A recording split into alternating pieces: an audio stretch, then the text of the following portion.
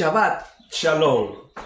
Bienvenidos, hermanos, una vez más a tu programa Fusión Cristiana Universal, donde se está impartiendo, predicando la palabra exactamente tal cual fue expresada en los labios divinos de el Mesías Yeshua. Hoy vamos a estar compartiendo el tema El milagro del mudito y elogio de la sabiduría como amor a Dios.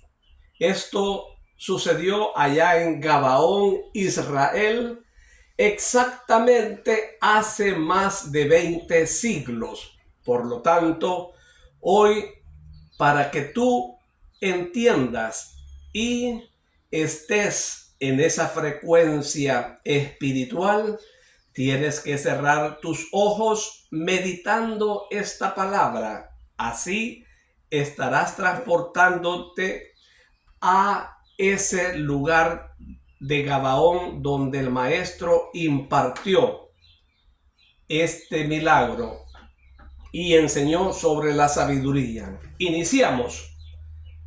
Yeshua se dirige hacia una cisterna grande o pozo, que me recuerda un poco el de la Samaritana o también en Rogel, y más todavía los depósitos cercanos a Hebrón.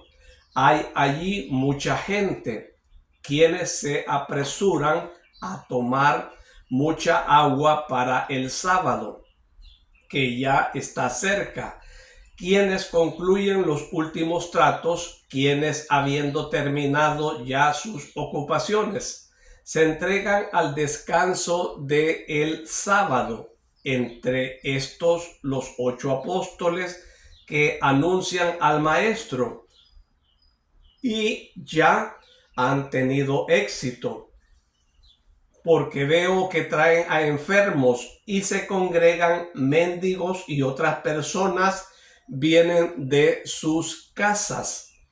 Cuando el Salvador llega a donde está el pilón, se forma un murmullo que se transforma en un grito unánime. ¡Hosana! ¡Hosana! Y allí está entre nosotros el Hijo de David. Bendita la sabiduría que viene al lugar donde fue invocada. Cuando el Mesías llega donde está el pilón, empieza la gente a murmurar y el maestro dice: benditos vosotros que la sabéis acoger, paz, paz y bendición. Y enseguida se dirige hacia los enfermos y los tullidos por desgracias o enfermedades, hacia los indefectibles ciegos que están en camino de serlo y los cura. Hermoso es el milagro de un mudito. La madre se lo presenta llorando. Yeshua le cura con un beso en la boca. Y él usa las palabras que la palabra le da para gritar los dos nombres más bonitos. Yeshua, mamá. Y de los brazos de su madre, que le tenía alzado por encima de la gente, se arroja a los brazos del maestro. Se abraza a su cuello hasta que Yeshua le devuelve a la madre feliz. Ella le explica a Emmanuel cómo este hijo suyo primogénito, destinado desde antes que naciera en el corazón de los padres para ser levita, podrá serlo ahora que no tiene defectos. No le había pedido al Señor, junto con mi esposo Joaquín, para mí, sino para que sirviera al Señor.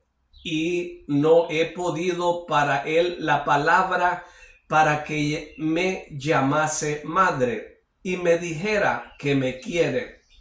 Sus ojos y sus besos ya me lo decían.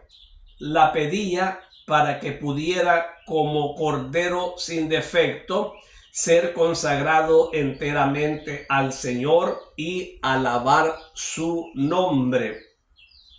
A lo cual el Mesías responde: el Señor oía la palabra de su alma, porque Él, como una madre, hace de los sentimientos palabras y actos. Pero bueno ha sido tu deseo y el Altísimo lo ha acogido. Ahora esfuérzate en educar a tu hijo para la alabanza perfecta, para que sirva siempre con perfección al Señor.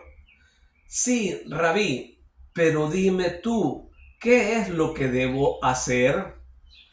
Haz que ame al Señor Dios con todo su ser y espontáneamente florecerá en su corazón la alabanza perfecta, y perfecto será en su servicio a su Dios. Bien has hablado, Rabí, la sabiduría está en tus labios. Te ruego que nos hables a todos, dice un gabaonita de aspecto señoral, que se ha abierto paso hasta el Cordero de Dios y le ha invitado a la sinagoga. Sin duda es el arquisinagogo.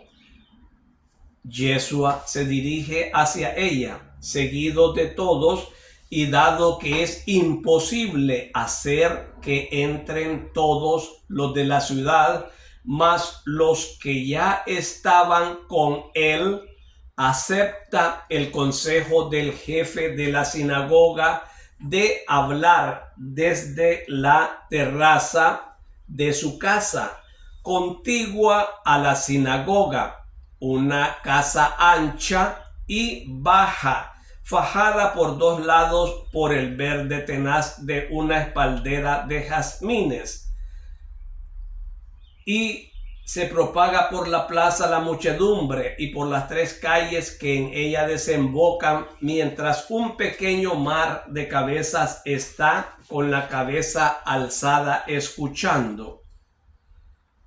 Inicia Cristo hablando así: la mujer de vuestra ciudad que ha deseado la palabra para su hijo, no por un deseo de oír de los labios de su hijo dulces palabras, sino para que fuera hábil para servir a Dios. Me recuerda otras palabras ya lejanas, brotadas de los labios de un gran hombre en esta misma ciudad. A estas, como a las de la mujer de esta ciudad, Dios ha asentido, porque en ambos ha visto una petición de justicia, una justicia que debería estar en todas las oraciones para que encontraran acogida de parte de Dios y gracia. ¿Qué es necesario durante la vida para obtener luego el premio eterno? La verdadera vida sin fin es una bienaventuranza sin fin. Es necesario amar al Señor con todo el propio ser y al prójimo como a uno mismo.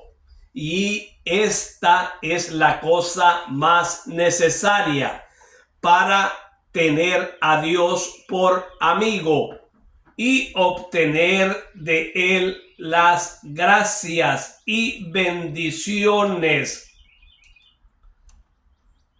Escuchad bien, cuando Salomón, hecho rey después de la muerte de David, asumió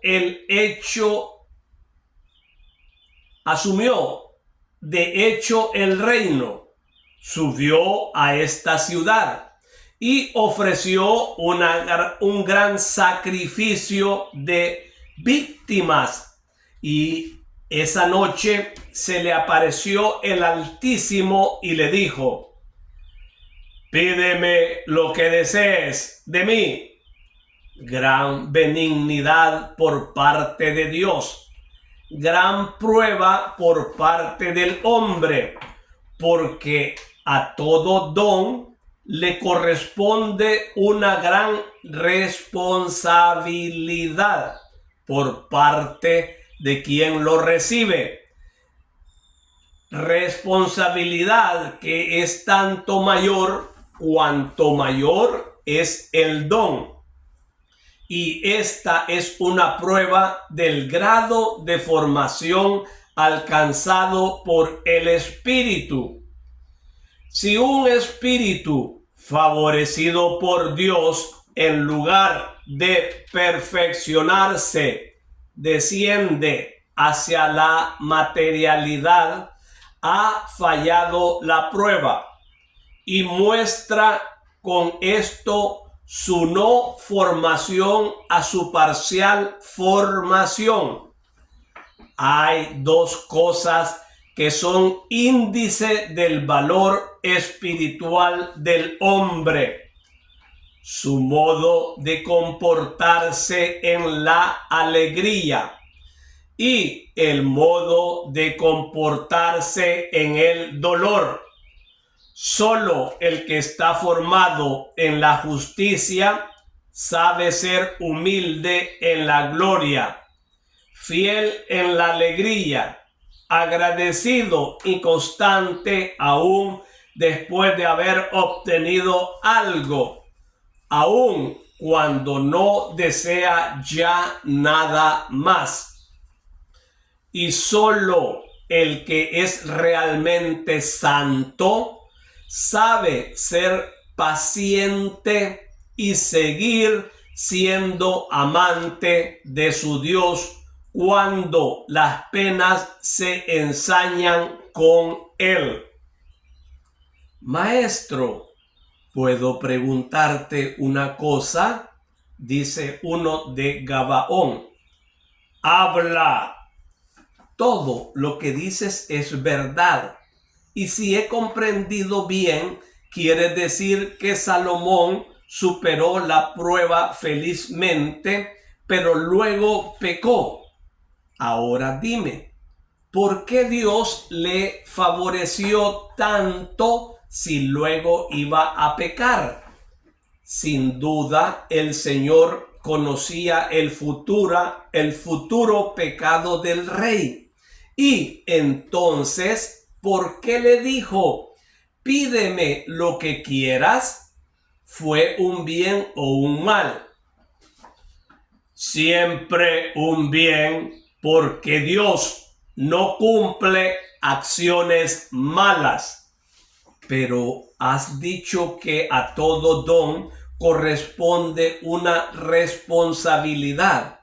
Ahora bien, habiendo Salomón pedido y obtenido la sabiduría, tenía la responsabilidad de ser sabio y no lo fue. Quiere decir, es verdad. Y te digo que ciertamente esta falta suya respecto a la sabiduría fue castigada y con justicia, pero el acto de Dios de concederle la sabiduría que había pedido fue bueno. Bueno fue el acto de Salomón de pedir la sabiduría y no otras cosas materiales.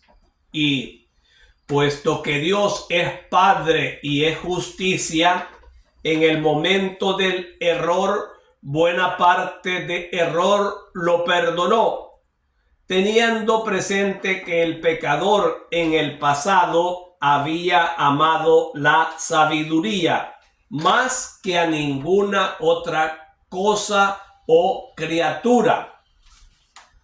¿Un acto habrá disminuido el otro acto?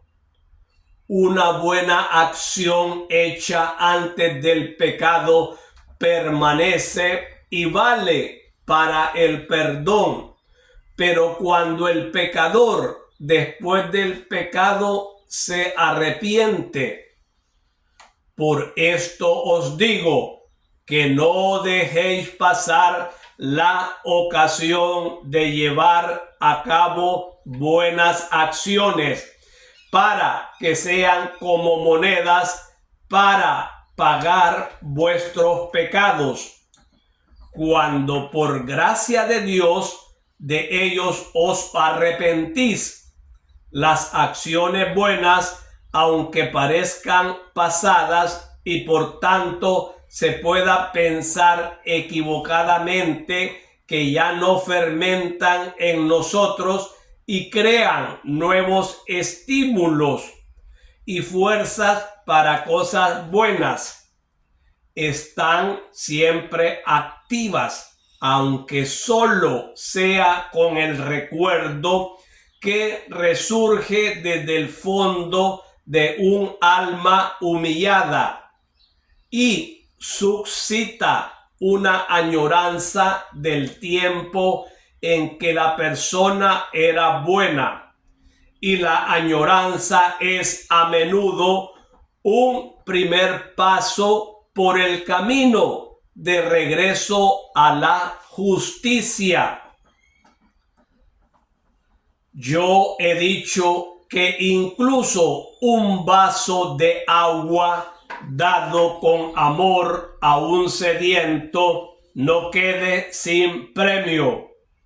Un sorbo de agua no es nada en cuanto al valor material, pero la caridad le hace grande y no queda sin premio. A veces el premio puede ser volver al bien que se forma con el recuerdo de esa acción, de las palabras del hermano sediento, de los sentimientos del corazón de aquella ocasión, de ese corazón que daba de beber en nombre de Dios y por amor. Y entonces Dios, por sucesión de recuerdos, vuelve como un sol que renace después de la noche oscura para resplandecer en el horizonte de un pobre corazón que lo perdió y que, hechizado por su inefable presencia, se humilla y grita: Padre, he pecado, perdona, te amo de nuevo. El amor a Dios es sabiduría, es la sabiduría de las sabidurías, porque el que ama conoce todo y posee todo. Aquí, mientras cae la tarde y el viento vespertino hace tiritar a los cuerpos arropados y agita las antorchas que habéis encendido, no os repito lo que ya sabéis. Los puntos del libro sapiensal, donde está escrito cómo Salomón obtuvo la sabiduría y la oración que hizo para obtenerla. Pero para memoria mía, para ir por sendero seguro, para tener luz de guía, os exhorto a meditar con vuestro arquisinagogo esas páginas.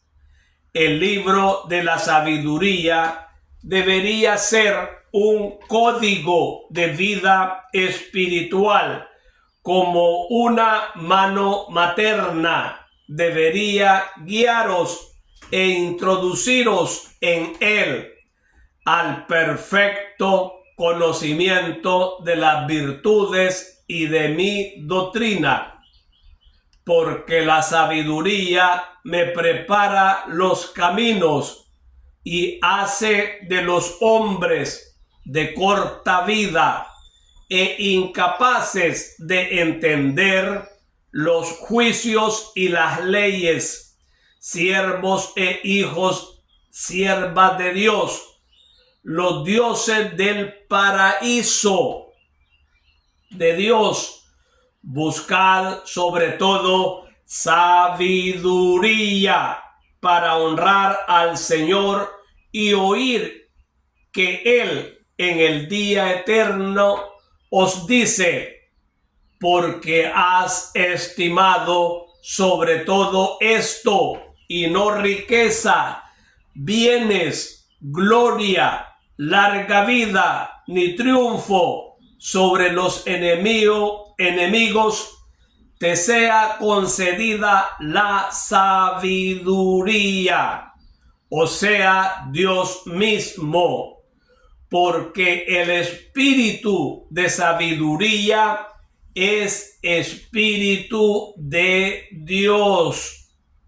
Buscad sobre todo la sabiduría santa, y yo os digo que todas las demás cosas serán dadas, y en un modo en que ninguno de los grandes del mundo puede procurárselas.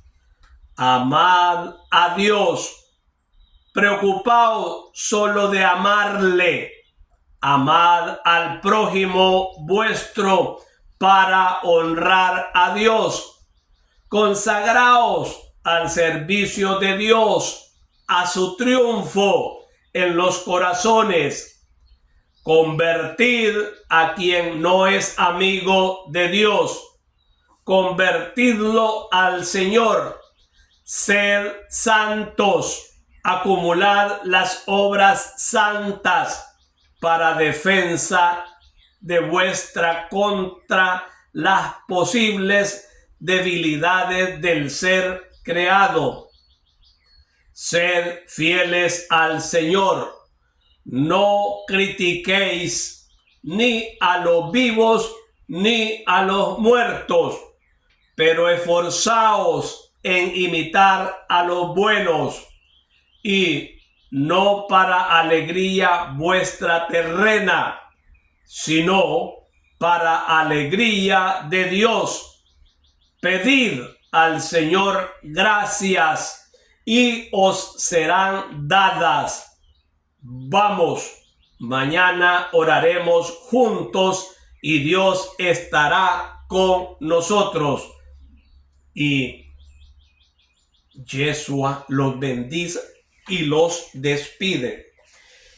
Hermanos, esta es la gloriosa, sacrosanta palabra bendita de el Mesías Yeshua, y su pueblo agradecido y regocijado dice: te alabamos, Señor.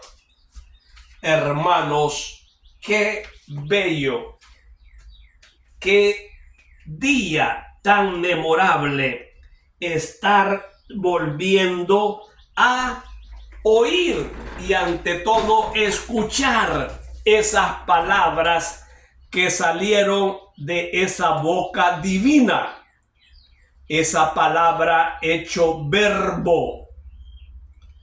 Hermanos, entendamos algo aquí muy importante que el Señor nos quiere decir: que siempre, si nosotros queremos ir por buen camino, tenemos que respetar el sábado.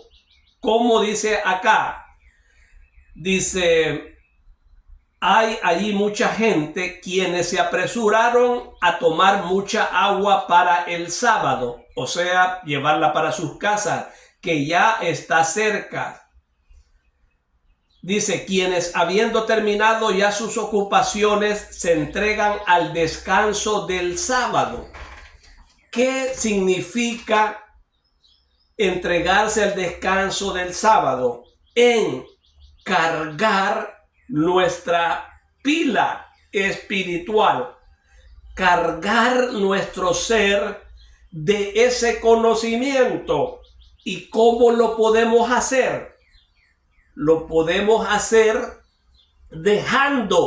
evitando todo negocio y haciendo la voluntad de Dios que está en Efesios 28. Léanlo, por favor. ¿Qué dice allí? Que el Señor, Él ha trabajado 8 días y la mejor explicación de este mandamiento está en Éxodo 31:12.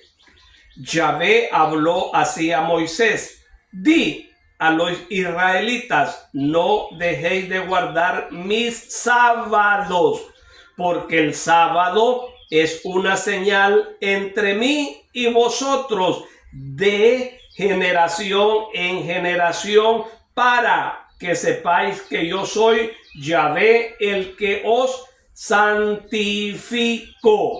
Guardad el sábado, porque es sagrado para vosotros. ¿Cuándo nos santifica el Padre? ¿Cuándo santificaba Yeshua a ese pueblo de Gabaón? En sábado. Y es una señal entre esa Trinidad, entre esa tríada gloriosa y nosotros. No va a ser otro día en que lo santifique, va a ser el sábado, que inicia a la caída del sol del viernes y finaliza a la caída del sol del sábado, 24 horas. Un ejemplo podría ser de las 6 de la tarde del viernes a las 6 de la tarde del sábado. Ponlo en práctica, porque es mandamiento escrito en piedra, para que ninguno ose ser superior en inteligencia a Dios. Bien, lo otro que dice acá, que está hablando el Señor oía la palabra de su alma. Está hablando de aquí de este mudito que el Señor curó, un niño, y que la madre, antes de que este mudito hablara, se lo había ofrecido y quería oír ella esa palabra de su hijo. Quería oír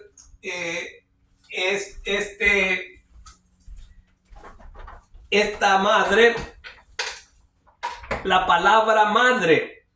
Quería saborear eso, y lo oía y lo miraba a sus ojos, y en sus ojos de su hijo miraba y sabía ella que iba a hablar. Por lo tanto, hermano, dice el Señor, oía la palabra de su alma, porque Él, como una madre, hace de los sentimientos palabras y actos. Fíjense qué bello es el Señor. Luego, acá les explica a los de Gabaón, a esos gabaonitas, les dice cómo fue que el Señor concedió sabiduría. Y la sabiduría es la virtud, es el don por excelencia. más que todos los otros, más que todos los demás. ¿Por qué? Porque cuando pedimos el espíritu de la sabiduría, estamos pidiendo el espíritu mismo de Dios para poder pensar como Dios, para actuar como Dios, para hablar como Dios, para tener esos sentimientos como Dios, para fusionarnos en esa fuente inagotable del amor que Dios mismo es. Dios amor, amor Dios. Y ahí, teniendo ese don, lo tenemos absolutamente todo, porque sabemos discernir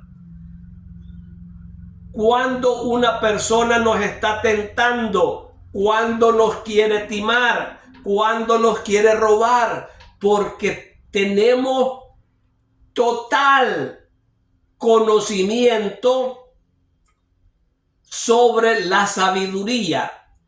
Y este espíritu de sabiduría nos aleja del mal y nos acerca a ese reino celestial, y aumenta un ángel, porque ese ángel está acuerpando la palabra del Señor.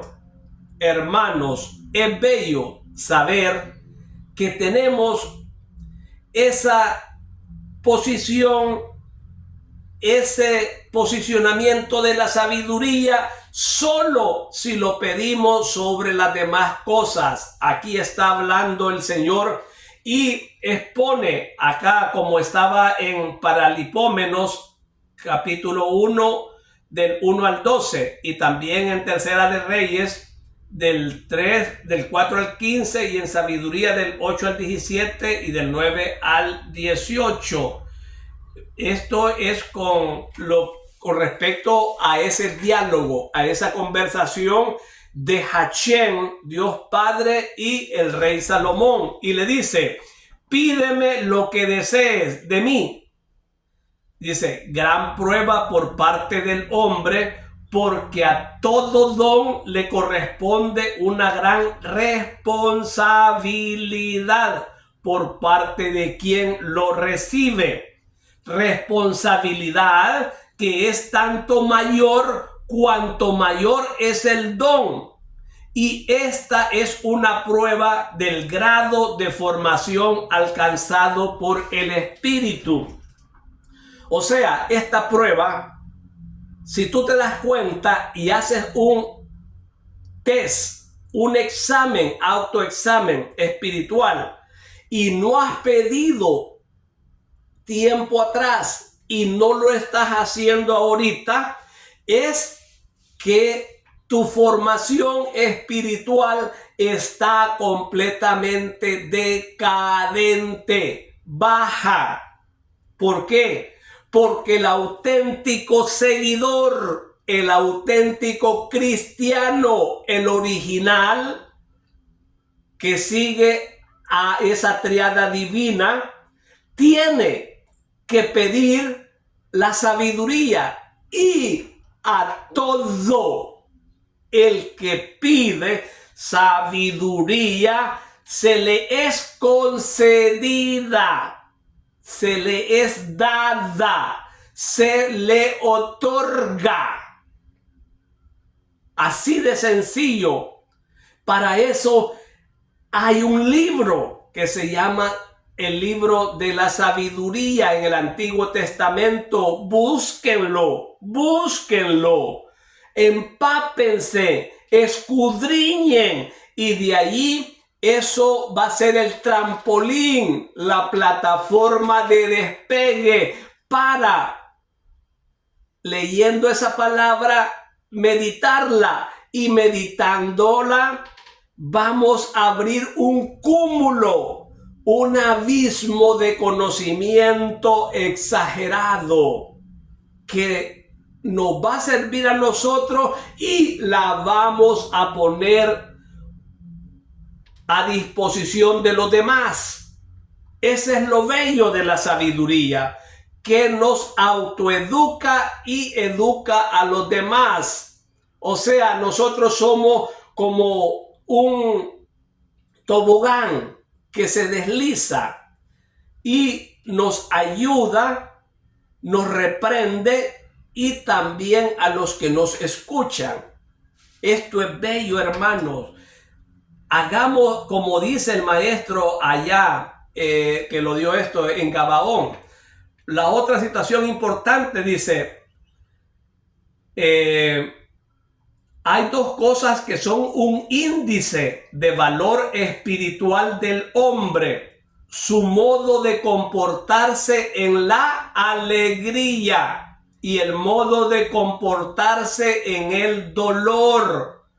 Solo el que está formado en la justicia sabe ser humilde en la gloria, fiel en la alegría, agradecido y constante aún después de haber obtenido algo, aún cuando no desea ya nada más. Y solo el que es realmente santo sabe ser paciente y seguir siendo amante de su Dios cuando las penas se ensañan con él.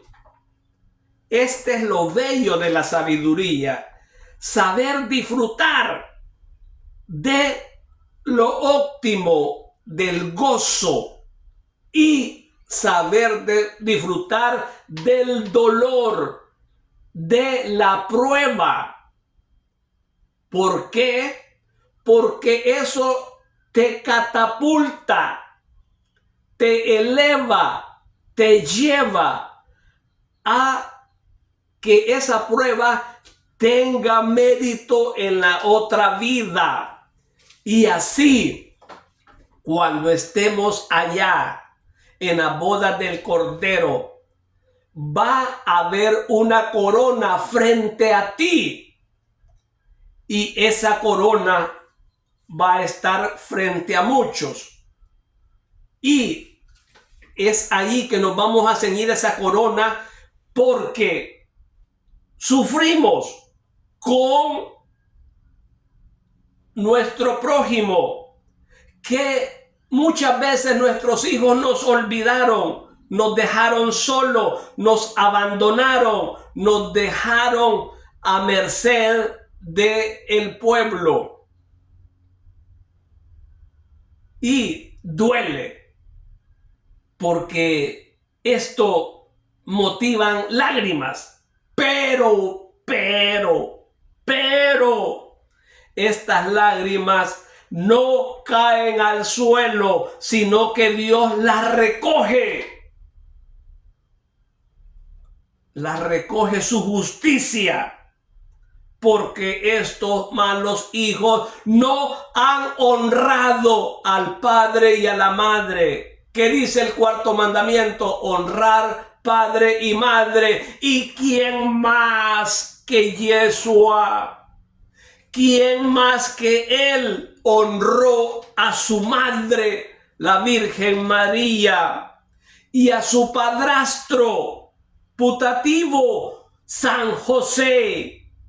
Siendo Dios, viene a ocupar un lugar secundario en la familia, porque el lugar primario es de los padres. No hay más autoridad más grande, más alta en la tierra que los padres. Bueno, ¿y el pastor? ¿Y el papa? ¿Y los sacerdotes? ¿Y los líderes cristianos? Ellos quedan relegados en un nivel inferior, porque Dios ha dado un mandamiento y Él lo vino a hacer vida, y Él lo vivió honrando a su madre y a su padrastro. Y lo hizo por 29 años. ¿Qué más claro, hermanos? Si Él es el divino ejemplo y nosotros tenemos que seguir ese ejemplo. No hay un mandamiento que diga honrar al sacerdote, al pastor o al líder cristiano o judío. No, no lo hay. Dice honrar padre y madre y tendrá larga vida. No lo hagas y estarás acortando los días, meses, semanas, años de vida sobre la faz de la tierra. Decídelo. Tu día está ya estipulado, cada día de nosotros, pero nosotros lo alargamos o lo acortamos. Hoy tienes que decidir a quién honrar. A nuestros líderes eclesiásticos o a nuestros padres. ¿A quién vamos a honrar? A el pastor, al sacerdote o a nuestros padres. Yo sigo la palabra del mandamiento número 4, honrar a padre y madre, que es lo primordial, lo esencial. Por lo tanto, si Yeshua estuvo 29 años con su madre y su padrastro, honrándolos, viviendo para ellos, dándole a través de su trabajo de carpintero lo que ellos necesitaban, ¿por qué yo no lo voy a hacer primero también? Que mis padres tienen que ser primero que otras personas. ¿Queda claro? Si no queda claro es porque no está siguiendo con humildad la palabra, el ejemplo, la vida de Yeshua, nuestro Mesías. Así de fácil, así de sencillo. Sigue tu vana voluntad. Que yo sigo la voluntad de Hashem, Dios Padre, Rúa, el Paráclito Consolador, y Yeshua, el Mesías. Está muy claro. Como cuando amanece, hermanos, este mensaje. Bien, hermanos, alabado sea el Mesías, por siempre sea alabado, y a su nombre gloria, y a su gloria más gloria. Nos vemos el próximo Shabbat, si Dios lo permite.